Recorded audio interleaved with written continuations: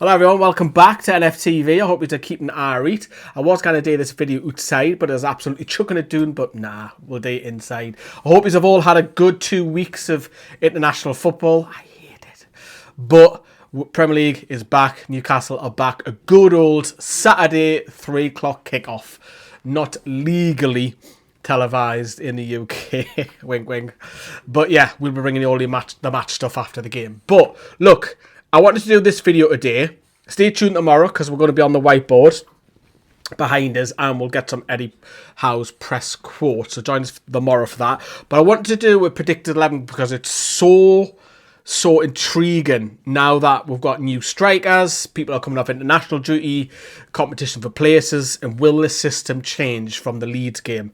And yes, I think it will. I want you to play along. What I've done in the pinned comment, I've copied and pasted the formation that I think that Newcastle will go with. Copy it, fill in the blanks, who you think will play there. So I think that Eddie Howe, remember we played 3 at the back at Leeds. I think that'll change. It'll be back to 4 at the back.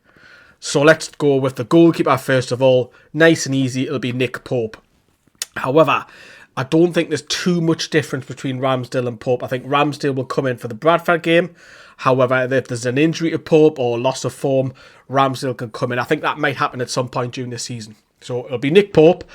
Interestingly then, the fullbacks, because Lewis Hall was not called up for England.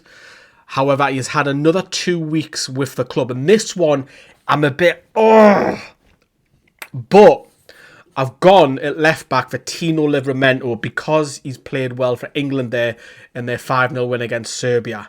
And the fact that him in the side, Newcastle have kept 2 clean sheets. I'm going to go with Tino Livramento, but I think Lewis Hall is so close to getting a start. That means that over on the right, it'll be Kieran Trippier. And then the 2 centre-backs for me pick themselves in Fabian Schär. Fabian Schär retiring from international duty is probably kept his place, I think, this season is one of the first centre-backs named on the team sheet. Dan Burn has gone up another level. Competition does that. If you've noticed, Dan Burn's performances really the past 12 months have gone up another level. And unfortunately, we've got 2 brilliant centre-backs in Malik Chow and Sven Botman who can't get in the side, which is absolutely mental. They would start for probably 3/4 of the Premier League, but because of the form and Burn and Shane, and our age is against them, but their form at the moment, it's theirs to lose. So those are your back 4 for me. Again, play along in the comments. Midfield 3 is interesting because it all depends on Joe Linton. Obviously, was called up to the Brazilian national side. However, pulled out because of injury. Is he ready? So this has been filmed before Eddie's press, I remember. I'm going to say he's back.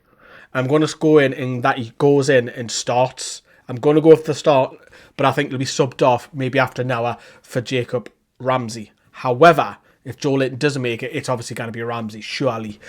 Tonali, who obviously scored that last-minute winner in the 5-4 win over Israel for Italy, he'll be in the side. And Bruno Gomes, who had a little bit of an indifferent 2 games, played both games, scored in the first one. It was a fault for Brazil's loss, a penalty given away in the second one, but that'll be your midfield 3.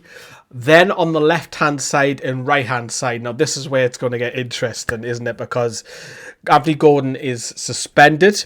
Do you go with Jacob Murphy or do you go with Anthony Elanga? Elanga scored for Sweden in the first game. He's been playing up top because of obviously Isak. And if you've noticed, we haven't done any videos about Isak over the international break. As far as we're concerned, we're not going to milk views. We don't want to clickbait. We're not talking about him. Simple as that. We've moved on from it. But going back to the right wing, I'm going to go Elanga on the right wing. Murphy had his chance against Leeds. I didn't think Murphy did particularly well. Never did Elanga mind, so I think Elanga will come in on the right. And then over on the left-hand side, it'll be Harvey Barnes. Barnes will come in. Barnes has not set the season alive yet for me. However, I think Gordon might come in because Gordon against Barcelona is available. Then up top, who do you go with? Because I've changed my mind about 3 or 4 times already so far this week. Because Nick Woltemade, what works in his favour is he's had a full pre-season and he's had more training sessions with Eddie Howe. Now, before the Wolves game happens, he would have had 4 training sessions. Yoane Wissa's only had today, he's returned back. So Wissa would have had a maximum of 2. So Voldemade's had a couple of extra days. He's had a pre-season and he's played for Germany. Hasn't set the world delight, I won't lie to you, on international duty. However, he's got that in his locker. However, Yoane Wissa has scored twice on international duty in 2 different games.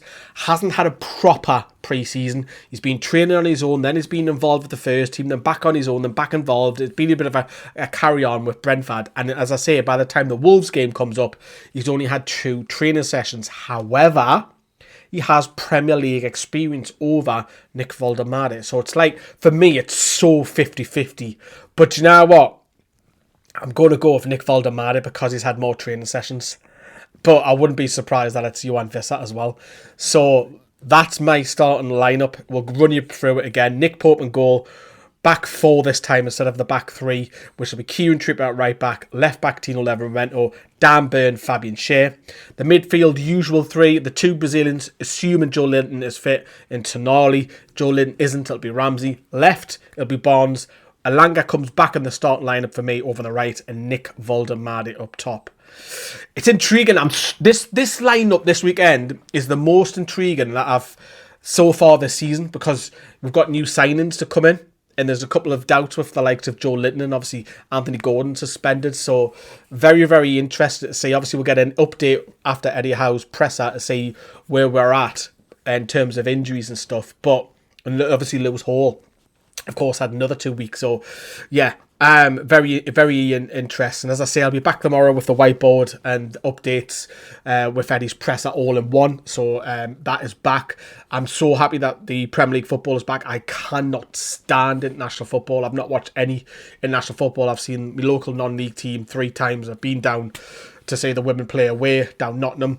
But I'm pleased that, you know, the football is back. Double header this weekend, both at home. Newcastle United men and Newcastle United women play their second only ever game at Gateshead International. It's their new home now on Sunday, so we've got press coverage for that. But yeah, lots happening on Newcastle Fans TV. Make sure you check out our sister channel, NFTV Extra, as well. We've got loads of content on there from non-league, and obviously we're going to be doing a women's podcast after this weekend as well. So there you go. Remember, copy and paste in the pinned comment who you think. I'm going 4-3-3. If you think it's wrong and that you'll stick with the actual win-backs, I can't say that. I think we're dreadful against Leeds and we're back at home. I'm also going to give you a prediction. I'm going to say that Newcastle will concede 1, but will score 3. So I'm going 3-1 to Toon this weekend. I just think being back at home, new signings, you can bring a new signing off the bench as well, whichever striker it is. Or will he surprise us all and go 2 up top? Unlikely though. But drop us a massive like on the video. We'll see you tomorrow for more videos here on Newcastle Fans TV.